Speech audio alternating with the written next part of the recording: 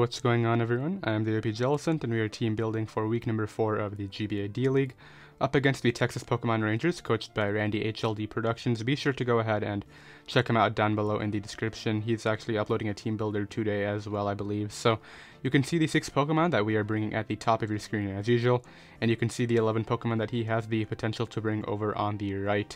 Now, this is actually the last week that we're going to have this specific roster that I have. I did make some free agent transactions, and I really do think they can help us out a lot moving forward, just because we haven't had the greatest season so far, so I figured I would try to do something to fix that. But we're going to quickly run through his 11 Pokemon, then we'll go through the 6 Pokemon that I am bringing one by one, and get my thoughts on the matchup as a whole. So, up first here, he has the Celesteela. It is one of his 2 Z-move users. Definitely it's pretty easy to wall break with a lot of the Pokemon that I have. Obviously, something like Spexcurum, Banded Hoopa can definitely take that on, so I'm really not expecting a defensive set to come.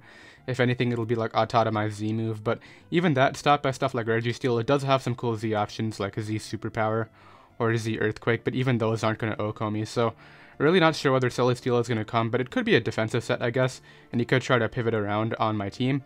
So that's kind of the whole idea there. Next up, he has the Mega Lopunny, which is definitely a pretty big problem. Kind of stopped by Florges, but he's doing like 40% to me with return. So if he goes for like Power Up Punch and he has Hazards up, that can definitely be an issue because I won't have any reliable switch-ins to that. So you guys will see, because of that really big speed tier, I actually am bringing a really nice offensive team this week, and I really think the speed tier that I have can outspeed Mega Lopunny just because obviously it can't earn a Choice Scarf. Next up, he has the Latios, which also outspeeds my entire roster. Definitely a very big threat. Could be a Subcom Mind set, which kind of 1v1s my Florges too. Registeel can definitely switch in, but like I said, if it is Substitute, I can't Toxic or T-Wave that thing. But Seismic Toxic does guaranteed break a Substitute, which is definitely very nice.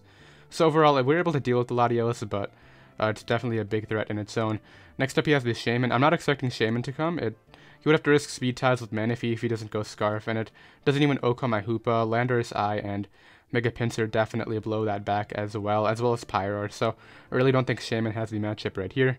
He has the Rotom Heat, which I'm actually really expecting a Scarf Rotom Heat, just because it can outpace my Mega Pinsir, obviously, because Mega Pinsir can't run a Choice Scarf just like his Mega Lopunny, and obviously Quick Attack is going to not be doing a ton of damage.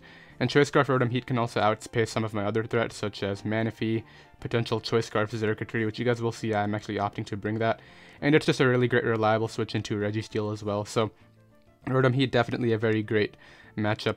He definitely has a very good matchup with Rotom Heat right here, and I'm definitely expecting that to come. He also has the Mamoswine, which Mamoswine, same thing, really big threat. Definitely threatens my Manaphy. You can actually 2-hit KO me if it's Banded or Life Orb Earthquake with an Adamant Nature. And obviously he can Ice Shard stuff like Mega Pinsir, Landorus Incarnate. And overall, just a really big threat. A Choice Scarf set could come too if he's really expecting something like Choice Specs Pyroar, which actually does not have a terrible matchup against him except for something like Latios, but obviously we get Dark Pulse too, so all things to consider there with Mamoswine. Next up, he has the Ribombee, which it would be a Sticky Web set or it would be Quiver Dance. Either way, not really expecting that. Quick Attack Mega Pinsir definitely deals with that. Can't really break the Registeel. Even with after a Quiver Dance boost, a super effective hit and power is doing like 30%, so he can go the Sticky Webs route, but we do have some reliable defoggers that are immune to the Sticky Webs, such as our Landorus Incarnate, so that is obviously very nice. He has the Jellicent, my mascot, so I actually don't think Jellicent has a matchup here either. It's completely blown back by Hoopa and Xurkitree, and those are 2 Pokemon that he definitely should expect me to bring, so I really am not expecting Jellicent right here. But I guess it could be some sort of niche stop to my Mega Pinsir, but obviously we get access to Knockoff as well. Could be Colbur Berry. Manaphy also does get Energy Ball, so really not expecting Jellicent. I really think he has to go more offensive route with this team, just because of how offensively orientated my team is. Next up, he has the Uxie, probably one of his, I think, 2 Stealth Rockers alongside Mamoswine. I think Barbaracle might get Stealth Rocks too, so definitely a very good option for him. It can actually tank a +3 hit for my Manaphy, even if we are max special attack, and Manaphy is not a Z-Mon, so definitely something to consider right there. But very similarly to Jellicent, it is pretty easily exploited by Hoopa. He could run a Colbur Berry set and then go for like a U-turn and try to break through me that way, but obviously there's always Tanga Berry potential, and honestly I'm really expecting the Rocker to be Mamoswine, and not expecting Uxie to come at all. He has the Barbaracle, which I'm really scared of Barbaracle. It's his second Z-move user. I did mention he had 2 back when I talked about Celesteela, but Barbaracle is just a gigantic problem. After a Shell Smash, it pretty much outspeeds everything. Choice Scarf Virizion can outspeed it, which is definitely very nice, but obviously Choice Scarf Virizion has troubles with stuff like Celesteela, Rotom Heat, and Latios, so Barbaracle is definitely a very big threat. We do have some Pokemon that can live. Defensive Manaphy takes it on pretty nicely, but it'll definitely prevent me from using the Manaphy the way that I wanted to this week. And then finally he has Skuntank, which unfortunately has a faster speed tier than my Hoopa Unbound, so it can Pursuit Trap me like that. Say I go for Hyperspace Fury, he switches in like a fast defensive Skuntank, and then after the defense drop, if I try to switch it out to prevent taking damage, he can Pursuit and knock me out in combination with Hazard. So that's definitely something, that's definitely a scenario that I envision is going to happen. And honestly, I think Skuntank is probably one of his most reliable ways of Hazard control this match. So definitely expecting Skuntank, and yeah, those are the 11 Pokemon that he has the potential to bring. If I had to choose 6, I would go Celesteela, Mega Lopunny, probably Latios, Rotom Heat, Mamoswine, and Skuntank if I had to guess, but he really has the option to go whichever route he wants to. I could see Shaman having its own ease, but like I said, it's threatened by a lot of stuff. But enough about his roster, let's go ahead and go through the 6 Pokemon that I am bringing. The first Pokemon that we're bringing right here is our Hoopa Unbound, which is running a Choice Band set this week. I figured even though he has a really great speed tier against me with a lot of the faster Pokemon, stuff like Latios, Mega Lopunny, definitely outspeed me and can threaten this thing out. If for whatever reason he decides to go a really bulky route, which I definitely would not agree with, say something like bulky Celesteela or Jellicent or Uxie, this thing can definitely punish those, and he really has no switch into this aside from the Skuntank. Another thing that I really like about Hoopa Unbound right here is my team is very Latios weak. I actually only have 1 Dragon Resist this week, so if at any point Latios throws off a Draco Meteor, gets a kill, I can immediately bring in Hoopa Unbound, and in most scenarios, I can get a revenge kill on something, which is definitely very nice. We have Facade on there as a last move, just in case I get T-Waved by something, or Will-O-Wisp, say from the Rotom Heat, if he's really expecting this thing to come in. And this thing is also a really nice, reliable revenge killer on Rotom Heat, even though he can be faster than me and Volt Switch out. Same thing with Latios, if he takes the Overheat special attack drops, I'm pretty much claiming a kill, which is definitely very nice. And I really felt as the Hoopa Unbound was very necessary, just because, aside from this, I really don't have a ton on my team to break through something like bulky Celesteela. If he just brings a defensive set with Elite Sheet, I'm really just going to get walled out by that, so really think Hoopa Unbound can be reliable in that aspect, and let's go ahead and move on. The next Pokemon that we have right here is our Landorus Incarnate, which is running a Yache Berry Grass Knot set. It is obviously a Mamoswine Lurmon, but pretty much the idea here is I really want to try to pull off a late game sweep with Xurkitree just spamming electric moves.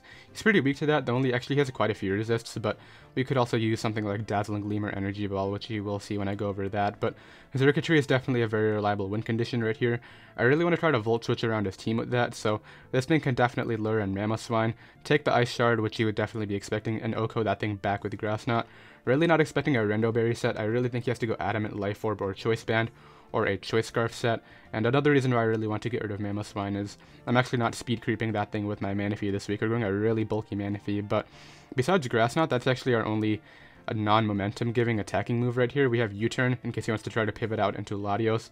We can do quite a bit of damage and get something in like Hoopa for free, which is definitely very nice. And then Defog Stealth Rocks. This is my best defogger, which is reliable at defogging sticky webs, just because due to the flying typing, we are actually immune to sticky webs, which is definitely very nice. And Stealth Rocks is just great to pressure his team, put pressure on stuff like Rotom Heat, and maybe something even like Barbaracle. If we can get a bit of damage on that, we might actually be able to knock it out with Choice Scarf Pyro, which does outspeed that thing after a Shell Smash, which is definitely very nice. But yeah, mainly this thing is just a Mamoswine lure to help my Xurkitree just Volt Switch around. And let's go ahead and move on to Xurkitree now. Alright, next up here we have Xurkitree, DS Gaming coming for the first time this season. We are running a Choice Scarf set with a Volt Switch, Energy Ball, Dazzling Gleam, and T-Bolt. 236 speed, which guarantees us to outspeed Mamoswine, which is definitely very nice, if in case he does run a Choice Scarf set on that too. And pretty much this is our best reliable check to the Mega Lopunny after it gets a kill. Dazzling Gleam does knock that thing out after the Stealth Rocks, which is definitely very nice. The one big stop, as I said, is Mamoswine. If we can catch that with an Energy Ball, that's really nice, but really, I don't plan on making that prediction. I plan on luring it with my Landorus Incarnate, and then using this to Volt Switch around the team, because a big idea of this team is just Volt Switch into Hoopa Unbound and just claim kills. That's definitely something that I looked at when I was building this team, just because I really wanted to go a really offensive route, but he definitely wins the speed tier game every time, so that's definitely something I had to consider. And then this is also a really nice reliable win condition. If we can scout his Scarfers, we can actually potentially sweep its Scarf Dazzling Gleam in some scenarios if we weaken Rotom Heat. And another big thing right here is If with the Choice Scarf we actually do outspeed the Rabombi, and we can Volt Switch out and then bring in, I guess I might as well say it, I'm bringing Choice Scarf Pyro or 2, and then we can hit that thing with the Scarf Hyper Voice or Flamethrower, and Revenge Kill that thing. So while we'll get up webs, we'll be able to pretty easily eliminate the Rabombi, and then we can just go out here into our Landorus Incarnate after and defog, since we are immune to sticky webs, which is definitely very nice. So that's definitely a cool lead scenario in case that does work out, but let's go ahead and move on. Next up here we have CLR Manaphy, which is running a Tail Glow defensive set. We have enough speed on there with the 100 EVs to make sure that we outspeed the Barbaracle before the Shell Smash, which is definitely very nice. And we can definitely hit that thing pretty hard with Surf, and you will see we actually have U-Turn on here. I figured a really good pivot against this thing would be something like Latios, Shaman, or Celesteela. We can U-Turn out, bring in Hoopa on Bound, and get a kill. I did say a big idea of this team was just Volt switching and U-turning around into Hoopa on Bound and just claiming kills, and I figured Manaphy would be a really great option to do that as well, so hopefully that can work out. Obviously, if we get the prediction wrong with Mamoswine, this is my primary Mamoswine switch in, and he stays in, that can definitely be very detrimental, but I'm going to U-turn every time, I think, just because I really think he has to pivot out. You don't leave Mamoswine in on this, and then just because obviously he wants to preserve the ground type to make sure that I can't Volt switch around. And then other than that, Tail Glow, Surf, Ice Beam, pretty standard coverage. Ice Beam hits the Latios and Shaman. Obviously we aren't faster than Shaman, but if he brings a bulky Shaman, say a very bulky Shaman, and doesn't even have the speed investment that I do, we can actually outspeed that and knock it out with +3 Ice Beam, even though we have no special attack investment, which is definitely very nice. The one thing that we don't really hit is the Jellicent, but I'm not expecting Jellicent to come at all, and even if it does come, we can just U-turn out on that thing, bring in Hoopa on Bound, and claim a nice Hyperspace Fury kill, which is definitely very nice. So hopefully Manaphy can do a ton of work right here. It's just another pivot mon, similarly to our Landorus Incarnate and our Circuitry, and let us go ahead and move on to our Registeel. Alright, 5th mon right here we have Keeper, our Registeel, which is running a Choppleberry set without counter, surprisingly, but we do need the Choppleberry to make sure that we live a Z-move Celesteela as superpower after a +1 Beast Boost, just because if he does autotomize up, and he does get a Beast Boost, say by killing something else like my Circuitry or my Pyroar, he can definitely knock this thing out with that Z superpower, so that can be really clutch. We do take a +1 Z Earthquake, so that's why I opted to go with the Choppleberry instead.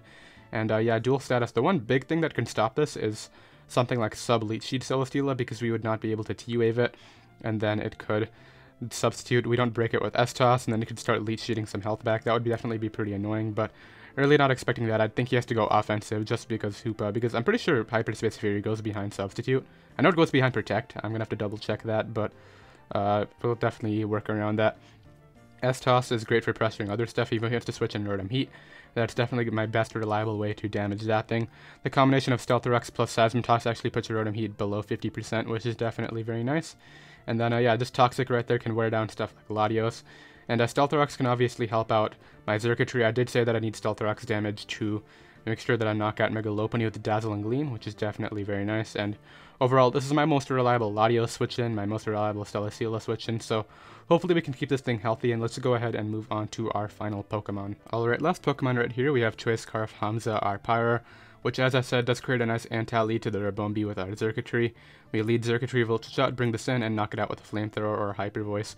We have Dark Pulse on there, which guarantees 2-hit KOs on the Latios, which, unless he's running like some weird Assault Vest set, we will have to predict it to come in, just because Hyper Voice does not naturally 2-hit KO, because Hamza is not a very strong Pokemon, but Dark Pulse is super effective, can catch that thing very nicely. This thing is also a great check to the Rotom Heat. After Stealthrox, we will be able to knock it out with Hyper Voice, unless it is some weird Spit F set, and I'm really expecting a Choice Scarf set, so this is a faster Choice Scarfer, unlike my Circuitry to that thing.